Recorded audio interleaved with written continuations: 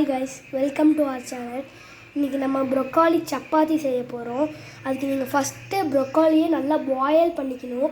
அப்புறம் அது கட் பண்ணிக்கணும். அப்புறம் கொத்தமல்லி அண்ட் பச்சை மிளகா போட்டுக்கணும்.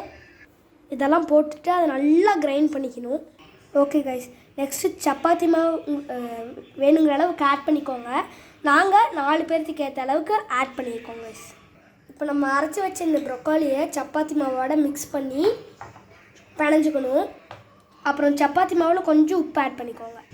ஓகே, இந்த மாதிரி நல்லா பிசைஞ்சுக்கணும் கைஸ். இந்த மாதிரி சப்பாத்தி மாவு இந்த மாதிரி நல்லா பிணைஞ்சி வச்சுக்கிட்டீங்க கைஸ். ஒரு 1/2 hour கிட்ட பிளேட்டை மூடி விட்டுறணும். அப்புறம் நீங்கள் ஓப்பன் பண்ணிக்கலாம் கைஸ். இப்போது எல்லாம் ரெடி ஆயிடுச்சு மாவு. சப்பாத்தியை நீங்கள் நல்லா திரட்டிக்கணும். அப்புறம் கல்லில் தண்ணி ஊற்றிட்டு நல்லா சூடானதுக்கப்புறம் சப்பாத்தி போட்டுக்கணும். டச் பண்ணி பார்த்துக்கலாம் அது சூடாக இருக்காது மேலே. ஓகே கைஸ், கீ வேணுன்னா கீ போட்டுக்கலாம், ஆயில் வேணுன்னா ஆயில் போட்டுக்கலாம் கைஸ். அப்புறம் திருப்பி போட்டு திரும்பி நீங்கள் ஆயில் வேணுன்னா ஆயில் ஊற்றிக்கலாம். அப்புறம் கீ வேணுன்னா கீ ஊற்றிக்கலாம். நம்ம broccoli chapati ready guys.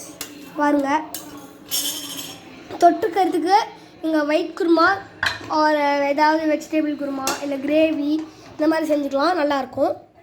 Okay, thanks for வாட்சிங் திஸ் வீடியோ கைஸ். சப்ஸ்கிரைப் பண்ணுங்கள், லைக் பண்ணுங்கள், அப்புறம் அந்த பெல் ஐக்கானையும் தட்டி விடுங்க.